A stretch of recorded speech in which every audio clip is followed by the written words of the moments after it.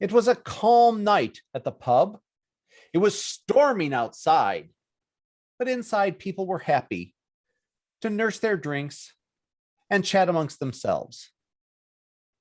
But eyes turned to the door as a stranger in a cloak walked in, closing the door quickly behind him.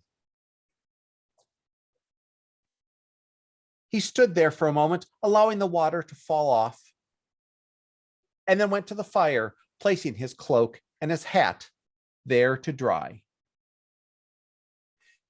He sauntered over to the bar, got himself a whiskey, and said, "Ah, what a night. It is not good for man nor beast." Fellow Toastmasters and most welcome guests, that little story I just told shows how weather is often portrayed in a story or role-playing game. The weather is a background element. It's flavor text. It's interesting, but it often doesn't directly affect the story. And that's okay.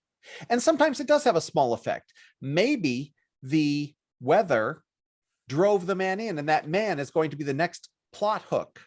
Or maybe he represents the outside weather, and somebody is outside as the next plot hook. But as I thought of the idea of frozen worlds, I wondered, could we do better?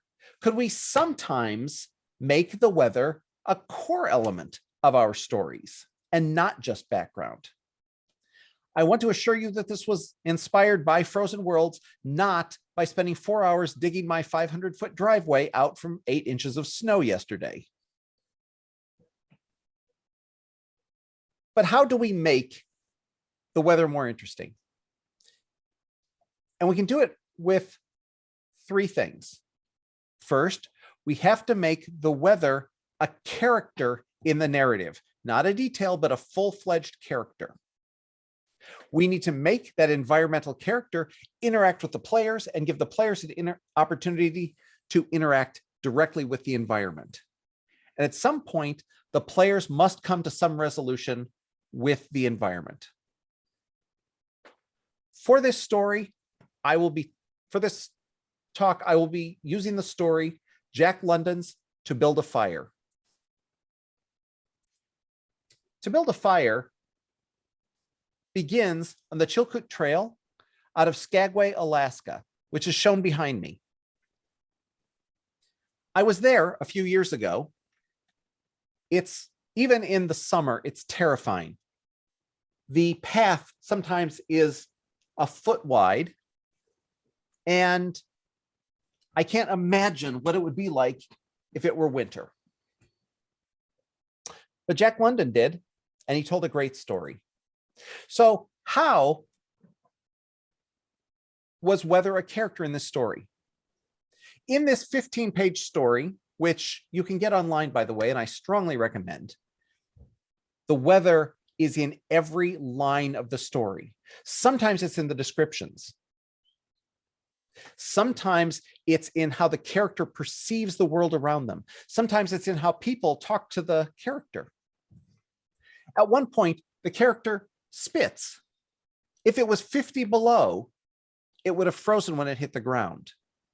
It froze far before it hit the ground, meaning it was colder than 50 below.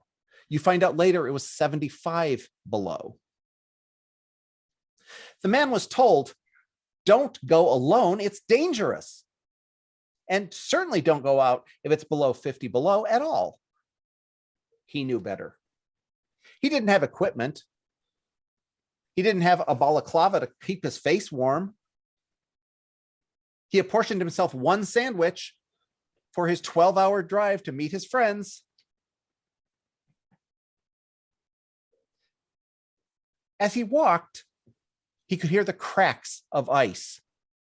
He could hear the no sound of water rushing under the snow, a dangerous trap for a traveler. And there's the dog that was with him that wanted nothing more than to dig into the snow and wait for this to all blow over. The weather is literally in every line of that 15 pages. It is a character. So how do we make the character interact with the players? Well, in a game setting, we have a lot of options for doing this. For example, if it's windy, you can say archers are at disadvantage to shoot, or you can say it's so windy that bows just don't work. If it's cold, maybe you make them make endurance checks more often and earlier. If it's hot, maybe they have to carry twice the water, 10 pounds per day per person. I hope they weren't hoping to be traveling light that day.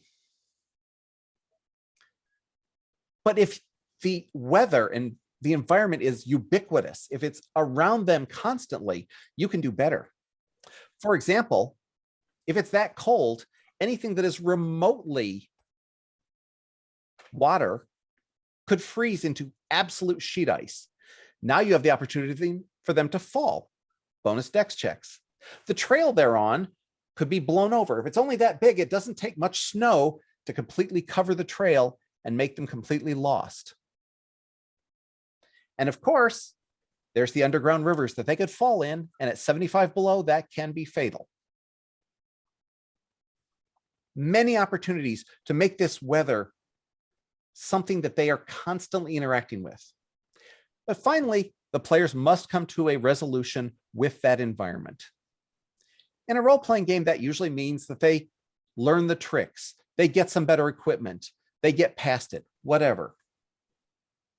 And to build a fire, he built himself a fire so he could thaw his sandwich that had frozen solid as soon as he pulled it out.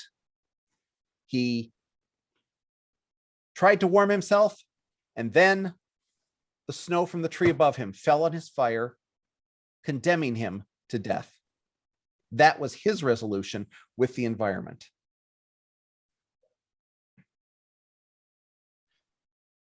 The environment can be a really interesting adversary and character to interact with in a story. I hope that I've given you some thoughts of how you might bring this into your own stories. Remember to make it a character. Give that character a way to interact with the players and give them some resolution at the end. At the end of all of that, you will not only have an interesting story, but hopefully one that is extremely memorable. Mr. Table Topics Master. Fellow Toastmasters, esteemed guests, and most especially my dear friend Greg. I love the narrative opening of Greg's speech, so much so that while I thought the sudden end to the narrative was masterfully done, making me sit up in my chair to learn what this storyteller had to tell me, I was a little saddened to not hear the continuation of his opening story. I am a logophile, a lover of words, and Greg did not disappoint. Sauntered, ubiquitous, balaclava, just beautiful. When you stated, I wondered, what could we do better? I immediately felt like I could identify with you as the speaker. Have we not all wondered if we could do better? That's why we're here, right? As someone from the warm and humid clime of Houston, Texas, I particularly enjoyed how you used the personal anecdote about weather not being the source of your inspiration for the speech as a source of humor. It was eminently clever to refer to the weather not simply as a descriptive backdrop, but instead as a full-fledged character, an adversary. Ever after that statement, I waited and waited for you to use the word personification or personified, but my heart breaks to say you did not. A missed opportunity. You did not overuse your hand gestures. When they were used to great effect. I particularly enjoyed when you would push your hands forward to emphasize your points, as if pushing the information toward your audience. Similarly, you had a lovely rocking vocal cadence and enumerative gesture when you described authors as doing X or doing Y or doing Z. I was captivated. With this glowing review, you might be wondering what I could possibly suggest as a point of improvement.